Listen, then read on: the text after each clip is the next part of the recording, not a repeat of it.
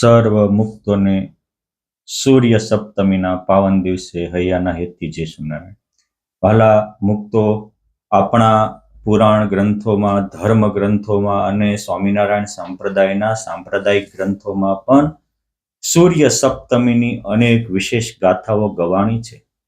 એવું કહેવાય છે કે સૂર્યનારાયણ આજે પ્રથમવાર સપ્ત ઘોડાવાળા રથમાં અસવાર થયા અને આ ઉત્તરાયણ પછી પહેલા વહેલા એને ચાલવાની ગતિ કરી એવી પુરાણોની માન્યતા છે. આ એ પવિત્ર દિવસ છે કે આ દિવસે કરેલા પ્રત્યેક કાર્ય અચળ થાય છે, અવિનાશી ફળને આપનારા બને છે, એટલે આને અચલા સપ્તમી પણ કહી છે. વળી આ દિવસે સવારમાં વહેલા ઉઠી અને પવિત્ર જળથી ગોમતી, કોઈ નદી, ગંગા, યમુના, નર્મદા, તાપી જેવી નદીમાં સ્નાન કરે, સૂર્યના તલ મિશ્રિત જળથી સ્નાન કરી તુલસીનું પત્ર આપી અને સૂર્ય ભગવાનને અર્ઘ્ય આપે તો એના 100 જન્મના પાપ નષ્ટ થાય છે. ભગવાન વ્યાસજી પુરાણમાં લખે છે કે શત જન્માર્જિતમ પાપમ નશ્યત્યેવ અર્ઘ્યોર્પણાત. અર્ઘ્યનું અર્પણ કરવાથી 100 જન્મના કરેલા પાપ નષ્ટ થાય છે અને જીવ અનંત પ્રકારના પુણ્યને પામે છે. આવી જ્યારે વાત કરી ત્યારે ભગવાન શ્રી કૃષ્ણ અને યુધિષ્ઠિર રાજા આ વાત કરવાની કહે છે. ભવિષ્યોત્તર પુરાણમાં પણ આ વાત લખાણી છે.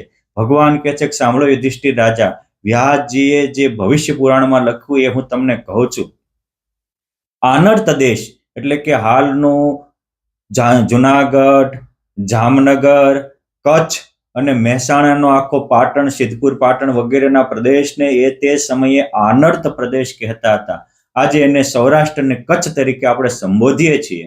આ દેશના એક યશોવર્મા રાજા હતા, પરંતુ પૂર્વના મલિન પાપ કર્મને કારણે આવડું મોટું રજવાડું હોવા છતાંય શરીરે અતિશય રોગી હતા. એની ઉપર અનેક શત્રુઓનો ભય રહેતો હતો. વારંવાર રાજ્યમાં દુષ્કાળ પડતા હતા. આ દુઃખોથી મુક્ત થવા એમને ગૌતમ ઋષિને પ્રાર્થના કરી અને ત્યારે ગૌતમ ઋષિ કહે છે કે જે દિવસે ભગવાન સૂર્યનારાયણ પહેલા વહેલા સપ્તરંગી ઘોડાઓ વાળા રથ ઉપર અસવાર થયા તે દિવસે તમે વ્રત કરો, સવારમાં વહેલા ઉઠી ભગવત સ્મરણ કરી અને તલ મિશ્રિત જળથી સ્નાન કરો અને તે દિવસે એક દિવસનો ઉપવાસ કરો, ભગવાનનું સ્મરણ કરો, સૂર્યનારાયણને અર્ઘ્ય આપો. આ રીતે સપ્તમીનો તમે ઉપવાસ કરશો તો અને વ્રત કરશો તો તમારા તમામ દુઃખ દારિદ્ર નષ્ટ થશે.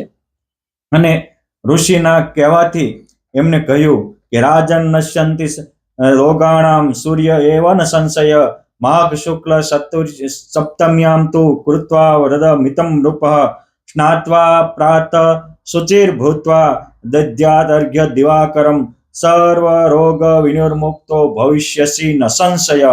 હે રાજા, હે યશોવર્મા, આ વહેલા ઉઠી આ મહાસુદ સાત્યમ એટલે આ આવે એ આવતી સાત્યમ અને એ દિવસે તમે સૂર્યનારાયણને અર્ઘ્ય અર્પણ કરો અને આપ કહ્યું એ પ્રમાણે વ્રત કરો અને પ્રાતઃમાં ઉઠી અને સૂર્યનારાયણને અર્ઘ્ય અર્પણ કરો તો તમે ભગવાન સૂર્યનારાયણના પ્રતાપથી સર્વ રોગથી વિનિર્મુક્ત થશો અને અનેક પ્રકારની સુખ સંપત્તિના ધણી થશો.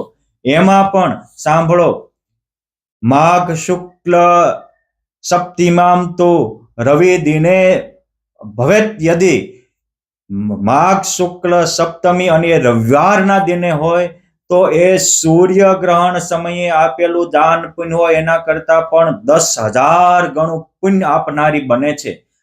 વાલા મુક્તો, આપણે આ વખતે એટલે ફાવી ગયા છીએ કે આવતીકાલે જે સૂર્ય સપ્તમી આવે છે એ રવિવારના પવિત્ર દિવસે આવે છે અને સાતમ આવે છે.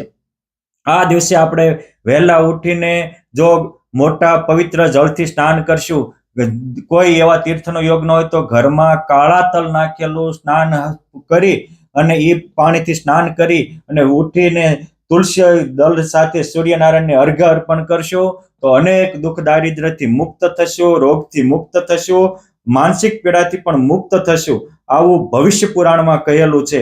અને એ રીતે કયા મુજબ યશોવર્મ રાજાએ વ્રત કર્યું, તો એ વ્રતના પ્રતાપે જે સર્વ પ્રકારના રોગથી મુક્ત થયા, માનસિક પીડાથી મુક્ત થયા, આદિ વ્યાધિ ઉપાધિની પીડાથી મુક્ત થયા, એમના રાજ્યમાં અપાર સુખ સંપત્તિ આવી અને અંતે પરમાત્માની સાધના આરાધના કરી અને પરમ ગતિને પામી, પરમાત્મા જેવો આનંદ પામી, પરમાનંદના ધણી બન્યા. આપણે પણ આ રીતે આ વ્રત કરશું તો મહાસુખ્યા થશું.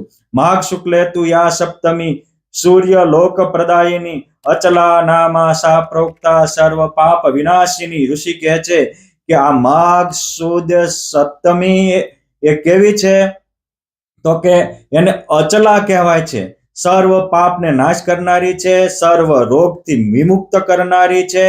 અને આ દિવસે કરેલા જપ તપ વગેરે સાધના એ અચળ આપે છે અને પરમાત્માના લોકને પણ પમાડે છે. માટે હે ભક્તો, આ સમયે જો આપણે આ કરશું તો આપણને પણ આ ચોક્કસ સુખ મળશે ને મળશે. સપ્તમીયામ માઘ શુક્લામ સ્નાત્વા પૂજય ભાસ્કરમ સર્વ રોગ વિનિર્મુક્ત ભવેદ વર્ષ શતમ નરહ. આ માઘ સુદ સાતમને દિવસે સ્નાન કરીને, પવિત્ર જળમાં સ્નાન કરીને સૂર્યદેવને અર્ઘ્ય અર્પણ કરે તો એને 100 વર્ષનું દીર્ઘ આયુષ થાય છે, તમામ રોગથી વિમુક્ત થાય છે અને ઘરમાં ધન ધાન્ય અને સંપત્તિનો વાસ થાય છે. કેમ કે આ એવું અક્ષય ફળ આપનારું છે કે સત્તા સૂર્યગ્રહણાત કોટી અપી. આમ તો ત્યાં સુધી લખ્યું કે સૂર્યગ્રહણ સમયે દાન આપ્યું એના કરતા 100 ગણું નહીં, 1000 ગણું નહીં, લાખ ગણું નહીં, કરોડ ગણું ફળ આપનારું છે. રોગને વિનાશ કરનારું છે, આયુષ્ય વર્ધન કરનારું છે, દારિદ્ર્યને નિવારણ કરનારું છે, નેત્ર રોગથી મુક્તિ આપનારું છે અને તેજ અને બુદ્ધિમાં વૃદ્ધિ કરનારું છે. અને એટલે તો બધા મોટા મોટા ઋષિ મુનિઓએ આ દિવસે સ્નાન કરી અને કહ્યું છે કે આદિત્યમ જગત વિશ્વ રૂપમ નમામ્યહમ લોક સાક્ષિણમ દેવમ લોકાનુગ્રહકારકમ. હે સૂર્યનારાયણ, અમે તમને વંદન કરીએ છીએ. શા માટે? તો કે અનંત ભુવનના જે પરમ તત્વ પરમાત્મા છે એના તમે નેત્ર રૂપ છો, એટલે કે વિરાટ નારાયણના નેત્ર સૂર્ય ગણાય છે અને સર્વ લોકના સાક્ષી છો અને સર્વ ઉપર કૃપા વરસાવનારા છો, સર્વને તેજનો ભંડાર, જ્ઞાનનો ભંડાર આપનારા છો, રોગને હરણ કરનારા છો, એ સ્વાર્થ મટાડીને સેવામાં જોડનાર છો, ભોગ મટાડીને ભક્તિ તરફ લઈ જનારા છો અને માણસને અસત્યમાંથી સત્ય તરફ ગતિ કરાવનારા છો, અજ્ઞાનમાંથી જ્ઞાન તરફ ગતિ કરાવનારા છો. આવા અનેક દિવ્ય કથાઓ સાથે આ સપ્તમી જોડાયેલી છે. આ એ સૂર્ય સપ્તમી છે કે આ દિવસે કર્ણએ ખૂબ જ સૂર્યનારાયણની અર્ઘ્ય કરીને સાધના આરાધના કરી ત્યારે ભગવાન ભાસ્કરે પ્રસન્ન થઈ અને કર્ણને કવચ અને કુંડળ આપ્યા હતા અને અજીતપણાનું વરદાન પણ આ દિવસે આપ્યું હતું. આ એ સૂર્ય સપ્તમી છે કે આ દિવસે પાંડવોએ સાધના કરી તો એને અક્ષય પાત્ર વનમાં સૂર્યનારાયણે આપ્યું હતું. આ એ સૂર્ય સપ્તમી છે કે આ દિવસે યાદવોમાં શ્રેષ્ઠ એક સત્રાજીત નામના યાદવ હતા, એમને પણ આ દિવસે સૂર્યને અર્ઘ્ય આપી અને સાધના આરાધના કરી તો સૂર્યનારાયણે પ્રસન્ન થઈ અને એમને સ્યમંતક મણિ આપ્યો હતો કે જેનાથી એના રાજ્યમાં અખૂટ સુવર્ણના અને હીરા મોતીના ભંડારો ભર્યા રહેતા હતા. આજે પણ કાશીમાં મણિકર્ણિકા જે ઘાટ બંધાયેલો છે એ પુરાતની ઘાટ એ આ સમંતક મણિની સમૃદ્ધિના પ્રતાપે બંધાયેલો છે. આ એ સૂર્ય સપ્તમી છે કે આ દિવસે કંબોજ રાજના રાજા હતા યુવરાજસિંહ યશવર્મા. એ યુવરાજ રાજાએ વશિષ્ઠ ભગવાનને પૂછ્યું કે હે મહર્ષિ વશિષ્ઠજી, આપ એવી કૃપા કરો કે અમારા રાજ્યમાં ધન ધાન્ય સમૃદ્ધિ થાય, અમારા રાજ્યની પ્રજાના રોગો નષ્ટ થાય અને અમારા રાજ્યમાં સર્વ પ્રકારે સંયમ અને સદાચારની સ્થાપના થાય. ત્યારે ભગવાન વશિષ્ઠના કહેવાથી એ કંબોજ, આજનું જેને કનોજ કહીએ છીએ, જેને યુપીનો આજે અયોધ્યા ને કનોજ ને ગ્વાલિયર ને આ બધા પ્રાંતનો એ મોટું એ વખતે રજવાડું હતું અને ત્યાંના રાજાએ, સૂર્યવંશી રાજાએ આ ભગવાન વશિષ્ઠના કહેવાથી આ સપ્તમીનું વ્રત કર્યું તો એ પણ એની આખી પ્રજા સહિત સર્વ લોકો સુખી થયા હતા, સર્વ દુઃખોથી મુક્ત થયા હતા અને સર્વ પ્રકારે સુખ સંપત્તિને પામ્યા હતા. માટે આ સૂર્યનારાયણનું વ્રત કરવું એ આપણા બધા જ માટે આનંદરૂપ છે. ભગવાન સ્વામિનારાયણ તો અનંત ભુવનના નાથ હતા, તો પણ ભગવાન સ્વામિનારાયણે સૂર્યનારાયણને પ્રસન્ન કરવા પુલાશ્રમમાં ચાતુર્માસ સુધી તપશ્ચર્યા કરી હતી અને ચાતુર્માસના અંતે પવિત્ર પ્રબોધની એકાદશીએ ભગવાન સૂર્યનારાયણ પ્રસન્ન થયા. ત્યારે અમે માયાથી પરાજય ન પામીએ, ક્યારે દેહ ઇન્દ્રિયમાં લોપાય ન જઈએ એવું વરદાન આપો. ત્યારે સૂર્યનારાયણે કહ્યું કે પ્રભુ આપ તો સ્વયં અનંત ભુવનના નાથ છો, આ તો એક આપણી માનુષી લીલા છે. પરંતુ માનુષી લીલા દરમિયાન પણ ભગવાન સ્વામિનારાયણે 4 માસ સુધી સૂર્યની સાધના આરાધના કરી હતી અને સૂર્યનારાયણની આ પવિત્ર સાધના આરાધના વ્યક્તિઓને દુઃખ દારિદ્ર દૂર કરનારી છે, રોગથી મુક્ત કરનારી છે, સમૃદ્ધિ આપનારી છે. એટલે તો સૂર્યને મહાઅર્ઘ્ય આપવા માટે ભગવાન સ્વામિનારાયણે ગઢપુરમાં આજે મહામંદિરમાં સૂર્યનારાયણની સ્થાપના કરેલી છે. 7 ઘોડાવાળા રથે સહિત ભગવાન સ્વામિનારાયણે સૂર્યનારાયણની સ્થાપના કરી હતી. વડતાલમાં પણ ભગવાન સ્વામિનારાયણે ગોપાળાનંદ સ્વામી વગેરે સાથે રહી અને સૂર્યનારાયણની સ્થાપના કરી છે. તદુપરાંત આજે પણ સ્વામિનારાયણ સંપ્રદાયમાં ઘણા મંદિરોમાં સૂર્યનારાયણની સ્થાપના થઈ રહી છે. લોયા ધામમાં નવનિર્મિત થયેલા નવ્ય ભવ્ય મંદિરમાં પણ શાસ્ત્રી ઘનશ્યામ પ્રકાશ દાસજી સ્વામી એમના મંડળો દ્વારા સુંદર સૂર્યનારાયણના રથ સહિત સ્થાપના થનારી છે. અને ભારતમાં પણ ઓરિસ્સામાં કોણાર્કનું જે સૂર્ય મંદિર એ અનેક વિજ્ઞાન અને અનેક રહસ્યથી સભર હતું, અનેક પ્રકારની સુખ સંપત્તિને દેનારું હતું. આપણા ભારત વર્ષમાં પણ આ રીતે સૂર્યની ઉપાસના માટે અનેક મંદિરો પ્રસિદ્ધ છે. ગુજરાતનું મોઢેરાનું સૂર્ય મંદિર એ વિશ્વભરમાં પ્રસિદ્ધ છે. એની સ્થાપત્ય કલા એ એક ઉત્તમ નમૂના રૂપ છે. સોલંકી વંશના શાસકોએ બંધાવવામાં આવેલું સૂર્ય મંદિર એ બધા માટે દર્શનીય છે. આસામમાં પણ સૂર્ય મંદિર, આંધ્રપ્રદેશમાં પણ સિક્કમમાં નજીક સૂર્ય મંદિર છે, રાંચી ઝારખંડનું સૂર્ય મંદિર પણ ભારત માટે પ્રસિદ્ધ છે. પરંતુ સૂર્યનારાયણમાં આવી મહાનતા છે એના 2-5 કારણો કહીએ તો એક તો સૂર્યનારાયણ નિયમિત ઉગે છે, નિયમિત આત્મે છે. જે માણસ નિયમિત પોતાના જીવનને રાખે એને કોઈ દુઃખ આપી શકે નહીં. બીજો, સૂર્યનારાયણ છે એ બ્રહ્મચર્યનું પણ પ્રતીક છે. માટે જે બ્રહ્મચર્ય રાખે એમાં અનેક પ્રકારની ઉર્જા પ્રગટ થાય છે. માટે આપણે આ દિવસે નિયમિતતાનો ગુણ શીખીએ, બ્રહ્મચર્યને પાળવાનો ગુણ શીખીએ. સૂર્યનારાયણ તેજસ્વીતાનું પ્રતિબિંબ છે, એ અંધકારને હરનારા છે.